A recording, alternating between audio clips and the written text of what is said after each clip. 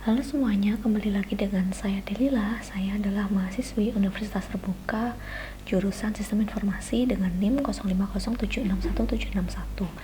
Dan pada video kali ini saya akan mengerjakan tugas 2 pemrograman web, di mana pada tugas ini saya diminta untuk membangun sebuah aplikasi website sederhana dengan menggunakan framework JavaScript Vue.js versi 2 yang mensimulasikan sistem pemesanan bahan ajar Universitas Terbuka yang dikenal dengan nama Sita. Aplikasi ini terdiri dari 3 halaman utama: halaman beranda sebagai navigasi, halaman stok bahan ajar, dan halaman tracking delivery order.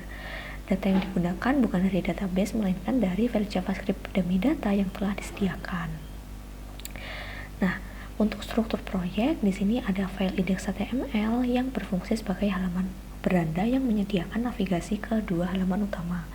Lalu terdapat file stok HTML yang ini adalah halaman untuk stok bahan ajar. Lalu ada file tracking HTML yang berfungsi untuk halaman untuk tracking delivery order.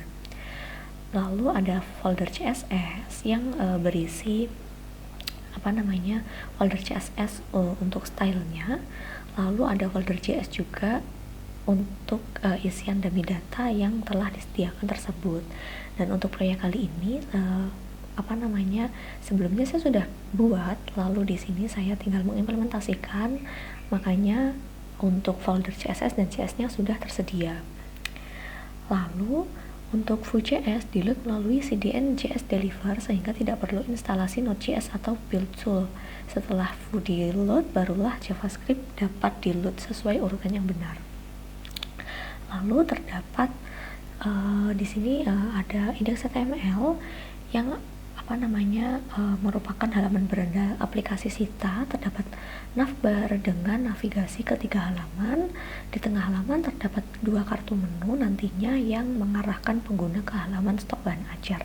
Jadi untuk demo aplikasinya akan saya tampilkan di akhir video. Lalu desain juga saya buat responsif dan ramah pengguna dengan menggunakan warna utama biru yang mempresentasikan identitas Universitas Terbuka. Lalu terdapat halaman stok bahan ajar, di mana ini nanti di bagian teratas terdapat 4 kartu statistik yang menampilkan ringkasan data secara real time, total bahan daftar terdaftar, jumlah berstatus aman, menipis, dan kosong. Nilai-nilai ini menggunakan compute property Vue.js sehingga otomatis terupdate setiap kali data berubah tanpa perlu memanggil fungsi secara manual. Lalu yang ketiga, dapat menampilkan data, mustache, and V4. Nah, untuk daftar stok bahan ajar ditampilkan dalam bentuk tabel. Saya menggunakan Directive V4 untuk merender setiap baris secara dinamis dari array data stok.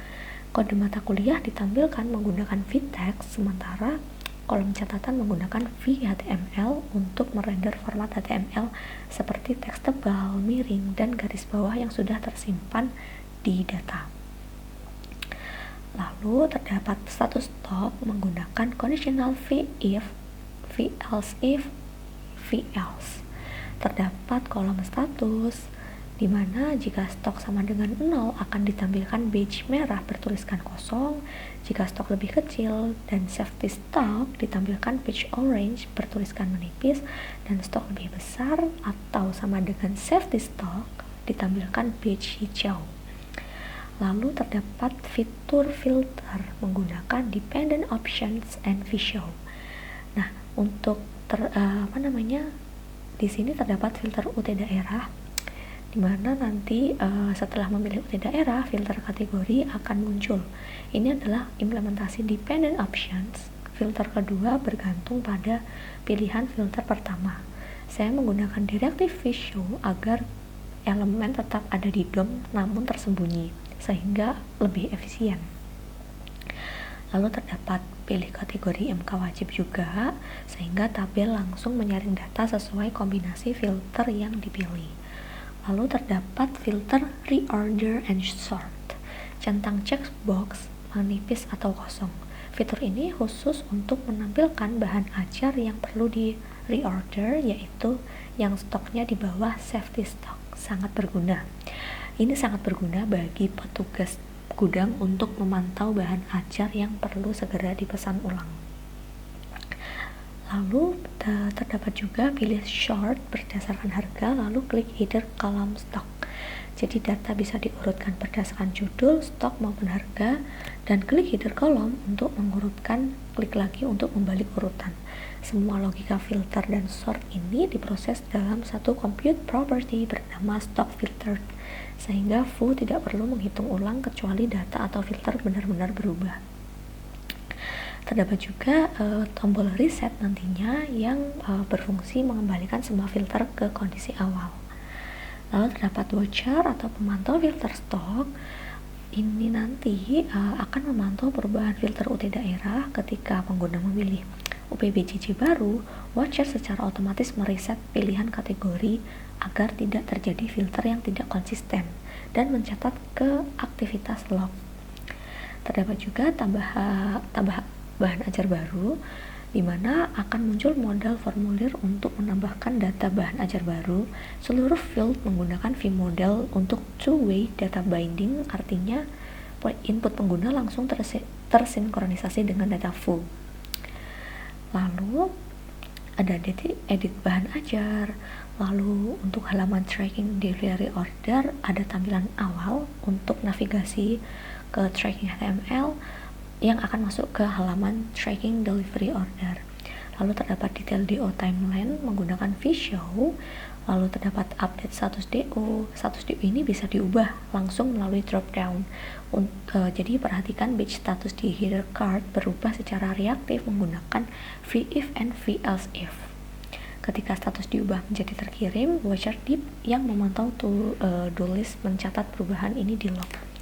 Lalu terdapat tambah checkpoint perjalanan, lalu membuat form buat DO baru.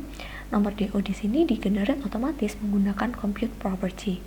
Format terdiri dari teks DO, tahun berjalan, dan sequence number 4 digit. Contohnya DO 2025-0002 untuk DO kedua. Compute property ini reaktif setiap kali DO baru ditambahkan. Sequence otomatis bertambah. Lalu terdapat watcher halaman tracking, lalu ada demo buat DO baru, dan fitur pencarian DO. Seperti itu. Sekian untuk tugas 2 kali ini. Apabila terdapat kesalahan ketika saya mengerjakan, saya mohon maaf besar-besarnya dan terima kasih.